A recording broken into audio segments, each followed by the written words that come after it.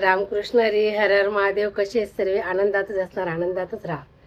तर प्रत्येकाला वाटतं श्रावणमध्ये पोथी वाचायला पाहिजे, गुरुचरित्र म्हणा, काहीतरी पोथी वाचायला पाहिजे असं प्रत्येकाचं मन असतं.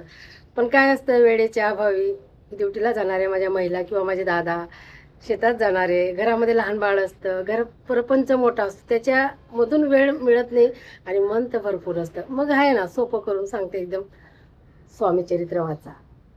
ही पूर्ण पोथी जर तुम्ही वाचली तर तुम्हाला 2 तास जाईल.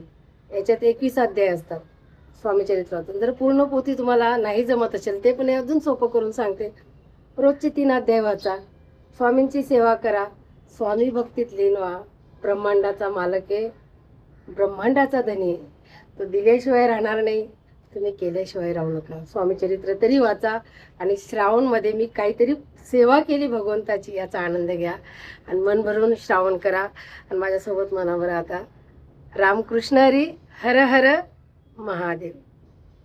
जय बोले.